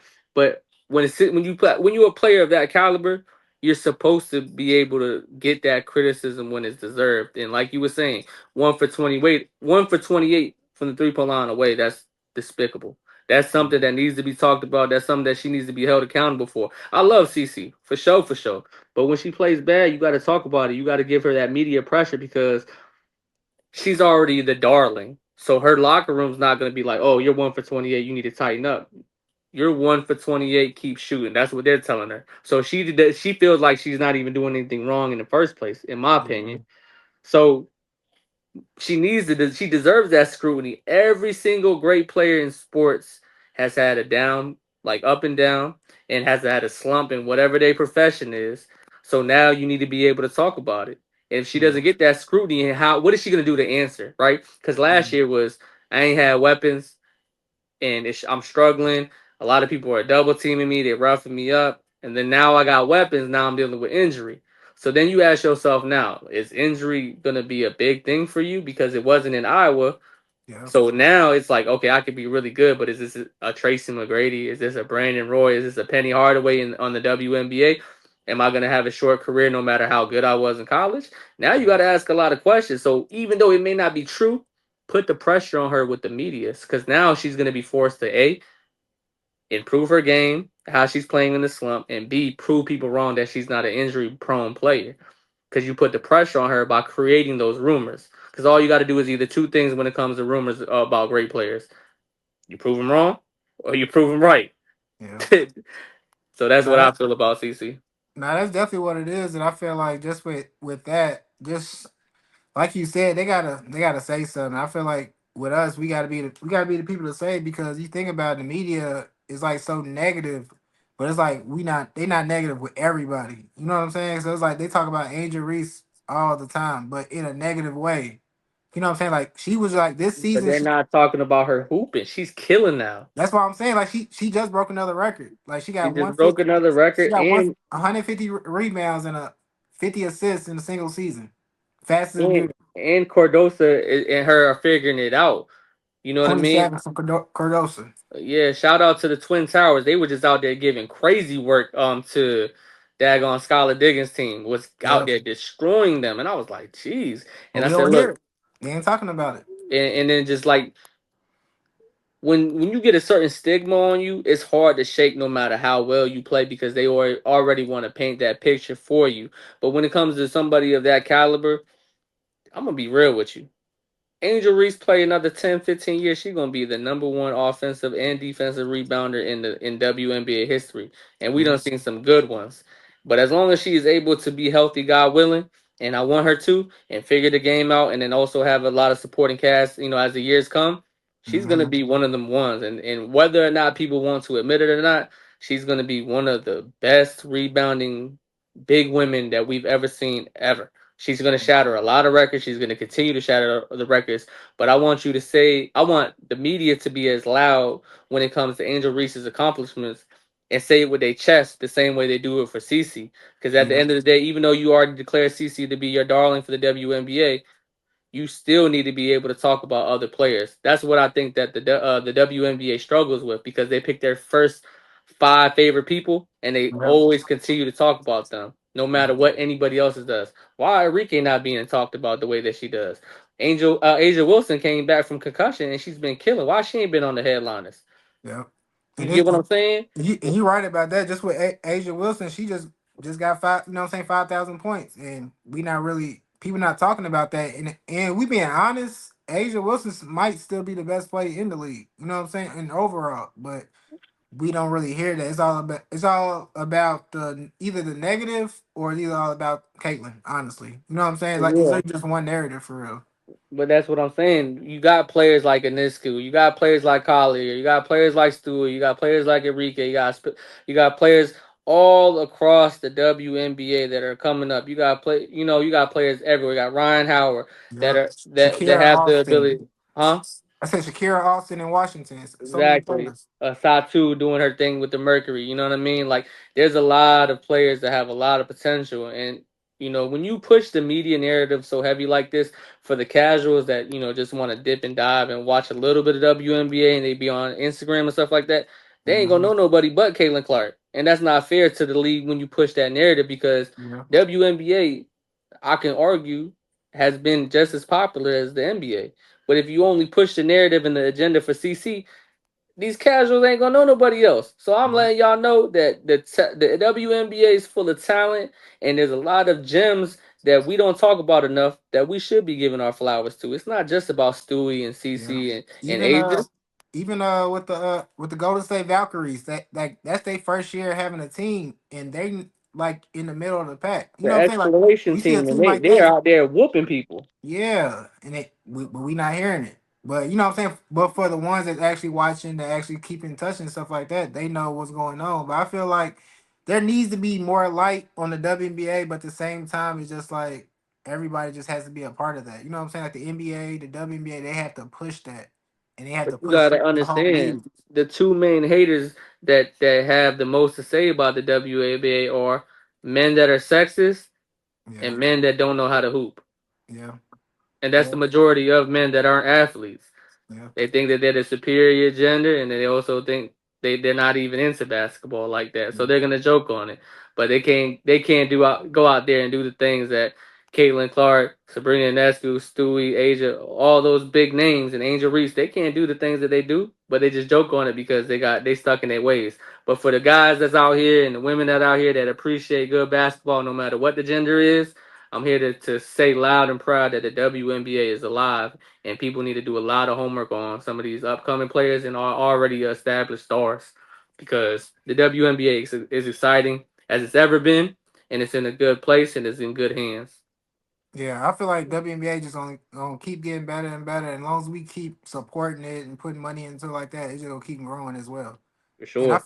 'cause I feel like they do need to get more teams. Like the amount of teams they have is just it ain't like enough competition going around, and it's like a lot of players are getting waived or having to go overseas, and it's like we only got 12, 13 teams, so it's just like it shouldn't be a reason for that, honestly. Yeah, a perfect example is the girl from Oregon that transferred from North Carolina. Deja Kelly got Yeah, drafted and got cut within 10 days after she dropped 30 in preseason.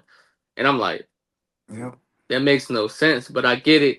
It's a supply and demand for the amount of roster spots and the amount of team. But at the end of the day, you are missing out on really, really good basketball because you don't want to invest in something that everybody is showing that they're interested in. So yeah, there's no risk factor in it. You got to do it. Caitlin Clark has brought so much money, but there's a lot of other players, excuse me, that you can invest in, like Paige Beckers. You telling me Paige Beckers can't be exciting and you want to watch her when you continue to put weapons around her? She's yeah, gonna be really good. You got Fudd that that's still at UConn that's gonna get drafted next year. You think yeah. that she's not gonna be able to be a game changer? You get what I'm saying? So there's a lot of potential out here. You just gotta find it. Yeah, it's that like you said, it's definitely out there. But like you said, they just gotta find. As long as you watching TV and stuff like that, that's it. That's all I can And say. go touch some grass and go watch some of these games, bro. Get off of Instagram and TikTok. Go watch these games in real time, bro. All these social media apps, they got a lot of these dudes and women brainwashed that we're just so accustomed just as highlights, but highlights don't Yeah, dictate the game. We yeah. all know that. Nah, that's definitely what it is. Hey, you been watching baseball, or you ain't been keeping up with it? Man, I've been seeing that. Go ahead. You want me to just say it? The Tigers been killing it. That's what you I'm, want me to say? I'm just saying that the Eh, Tigers are the first. I'm gonna be the one to say the Tigers are the first team to win 50 games. They the first team to win 30 games. The first team to win 40 games as well. But So they hey, need they need their flowers, and I will let you know that Screwball is very, very, very underrated pitcher. And definitely. this is the type of thing that he does. Opening inning, first inning, right? First person at bat or the second person at bat, usually the hottest hitters or whatever, right? So Hmm. he'll give up a triple to one of them, and then he'll throw 9 Ks in a row. Yeah, Like that's what he does. He'll give up a triple or a double or a single or something like that, or and he'll get pissed off and he'll lock in. He'll throw 9 strikeouts in a row, and I'll be like, "Bro, what's up with this guy?" But he is very, very underrated because you know how they give a lot of the flowers and the attention to Paul Skeens, yeah, and he's a hell of a player. He's a hell of a pitcher. But let's talk about the pitcher that starts when they translate to wins. The yeah, Pirates are struggling. The yeah, Tigers are not. So and that's another reason they're not used to seeing the Tigers, so then they don't want to talk about it. So the fact that they are doing what they're doing and they're hitting the 30, 40, and 50 win mark, shout out to the Tigers, man. They yeah. doing big things out And there. I feel like from last season, how basically how that wild card the Tigers got in there and basically had that run until they lost and stuff like that. I feel like that did help them to this season as well. And on And top, it's what y'all good. said, No, I'm saying it's good because the fact that the Yankees and the Dodgers are struggling, it showed more light on how good and how well Detroit is playing. So I do appreciate that aspect of baseball. It's bringing the balanced thing out. You get what I'm saying? It's not just your big market teams. It's yeah, it's it's like things are changing. Same thing with the NBA, bro. The Pistons, I did not know that they were going to be this good, and the fact that they were, everybody bought into the Bad Boys 2.0. Even yeah, the people that didn't really rock with Detroit like that, they was like, "Oh yeah, we loving this Bad Boys 2.0 type of team." Now they got Screwball, which is a legendary pitcher in the making. Let's see how far y'all go into the playoffs. Yeah, and even with you speaking on the Dodgers they had 49 wins, so they right there behind the Tigers, and they always gonna be talked about because Otani, he's still He's one of Otani. one. He's one of Yeah, one. yeah. I know he had that Tommy John surgery, so he ain't really been pitching and stuff like that, but he don't need to. You know what I'm saying? Like he's like You that don't Babe need to Ruth pitch when you're player going that we're yard every seeing. other game. Yeah, like he's tough. Like I'm like. But you got, and also to touch on baseball, bro, you got people like Kyle Schwarber, you got people like Suarez from the D-backs, you got Bobby Witt, you got all these guys, you got Francisco Lindor, you got Aaron Judge. Like what I'm saying is, Acuna, bro, it's yeah, so many good batters that have the opportunity to do things in regards of like, bro, the worst position to play is a rookie pitcher going against these hot bats. You yeah, got people like that, and it's just like, goodness gracious, bro. Every single night is somebody that can slug it out the park. And that's why those guys get paid the big bucks in baseball because they got to play year long.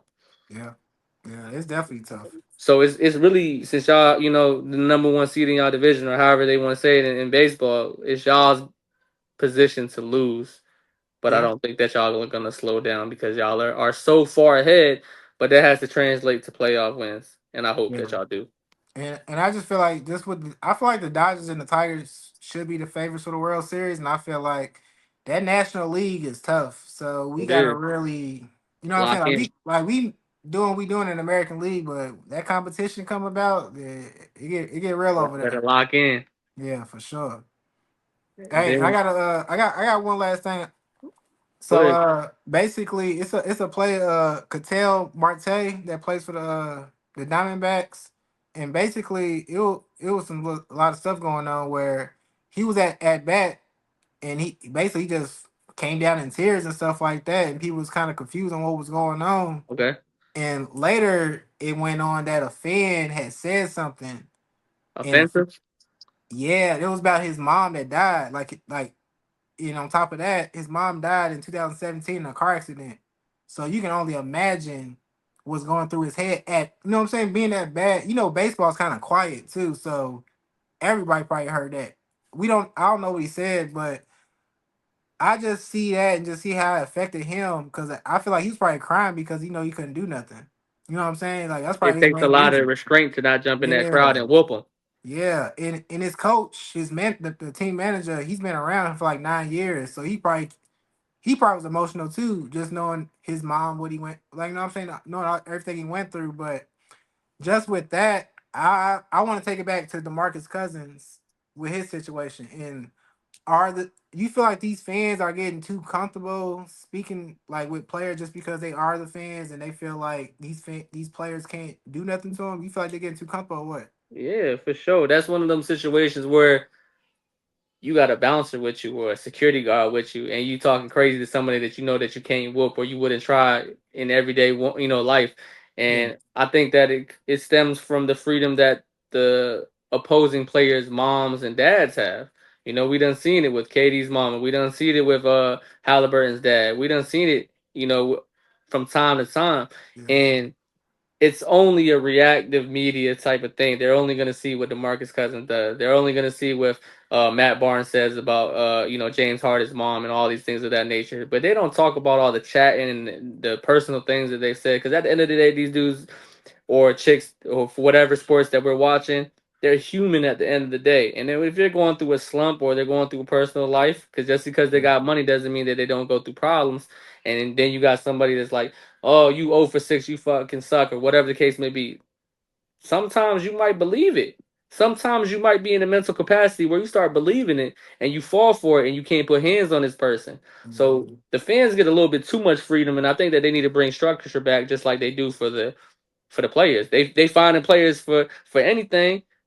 Start having penalization for some of these fans. Ban them, fine yeah. them. Well, I will say he got banned from every single MLB stadium, like Good, all the stadiums, every. good, So good. I think they did do right by that, but I just feel like fans again they just getting too comfortable. Like I heard another person say that that's what fans are supposed to do. They're supposed to heckle. They're supposed to knock you off your rocker and stuff like that. But I'm just like, I feel like it's you got to draw the line. Like I feel like family, like like kids, mom, like especially his mom died. You know what I'm saying? I feel like we can't really be going that far. There's unwritten rules, bro. You can be a heckler. You can say, "Yo, Zell, I think that you fucking suck." That's Yeah, cool. Or, "Hey, Zell, you've been believing the media so much because you light skinned, you soft, you sensitive. Like, keep it yeah, me and you. But you yeah, talking about a dead sibling or a dead spouse or a dead mom or dad, bro, that's too far. You know what I mean? yeah, And that's something that sports don't need to be accepting just because it's sports. You can yeah, heckle all you want to, but there's things that you wouldn't say to me in my face in everyday type of situation. It's not be about being a gangster, not about being a thug. But there's yeah, certain things that you wouldn't say to me when I'm in the room 1v1 with you. So don't say when you got security guards and I'm in the middle of a game, yeah. because we seen it. The DB that used to play for us. Uh, what's his name? Damn, I can't remember his name. It's a brown skinned dude, and he was from California. And he basically was like, he went in the crowd and he was basically trying to see what type of time the dude was on. And You when he talking about Marshawn's cousin?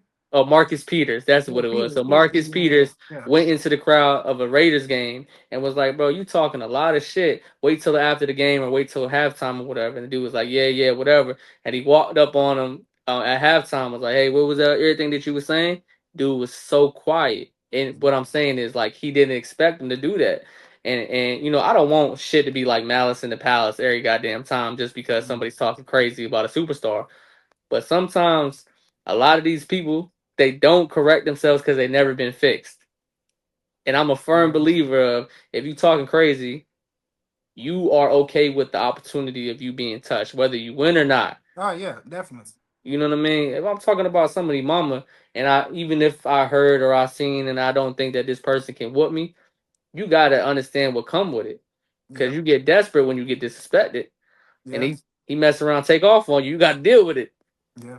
Hey, but that's what happened with Vernon Maxwell too against Utah. They talked about his daughter that had what I'm saying that died and stuff like that. Yeah. So you got to think about when you start saying stuff like that, it's just like, and you know what I'm saying he told the security guy like, hey, you heard he said they didn't do nothing about him. So he went up to the stands, he got suspended, they did all this and that. So it's just like I feel like if something is said and they're not doing nothing, if the player does something, we don't need to be holding nothing against them. You know what I'm saying? I feel like Mhm. they should have the right to defend that person or defend themselves and just say something. If they don't touch them, cool.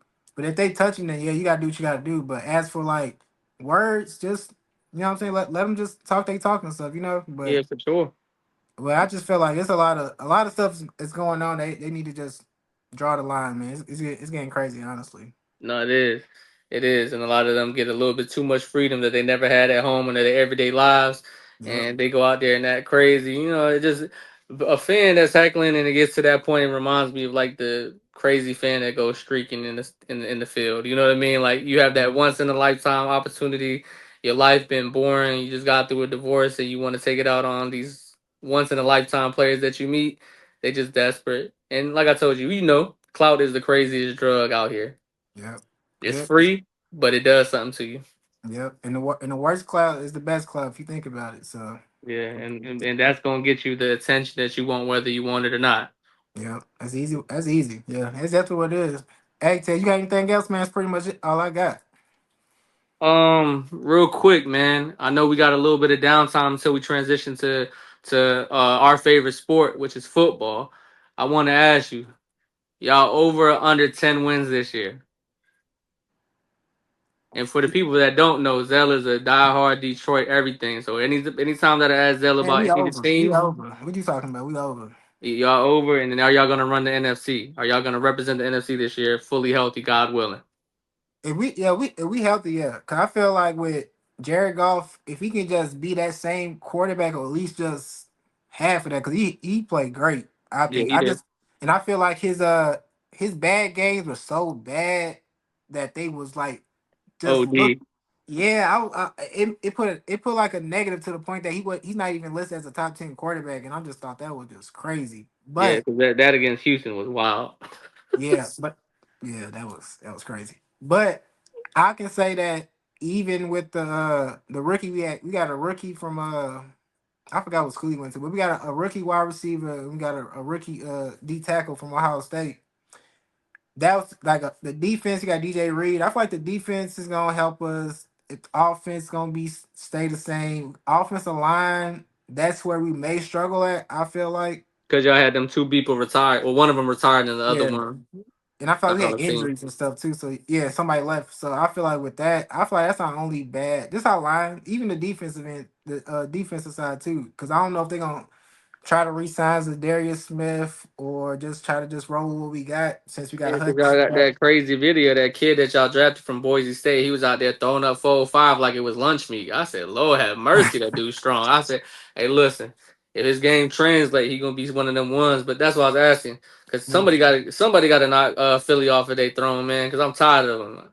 They whooped us last year, and I can't wait to run into them. So What that's you why I think? just wanted to ask. What you think KC gonna do? Over or under on 10 wins? Oh, we over for sure, bro. We got a big chip on our shoulders, and we getting Rashee Rice back. That offense gonna look good. You don't With you don't feel like with that the AFC West, you don't feel like it's more competition over Yeah, it ain't free 6 games no more. I can say that, and I'm not biased to the point where I'm delusional. I think that Sean Payton and all them boys are doing a big thing with Bo Nix and a lot of the pieces they got. I feel like Brock Bowers with Geno, they got better at quarterback, and I think that Ashton Gency is gonna be right along where they think he's gonna be. He's gonna be 25 touchback. He's gonna get a lot of opportunity to run against us. And then even the Chargers, man. Everybody knows regular season Justin Herbert ain't nothing to play with.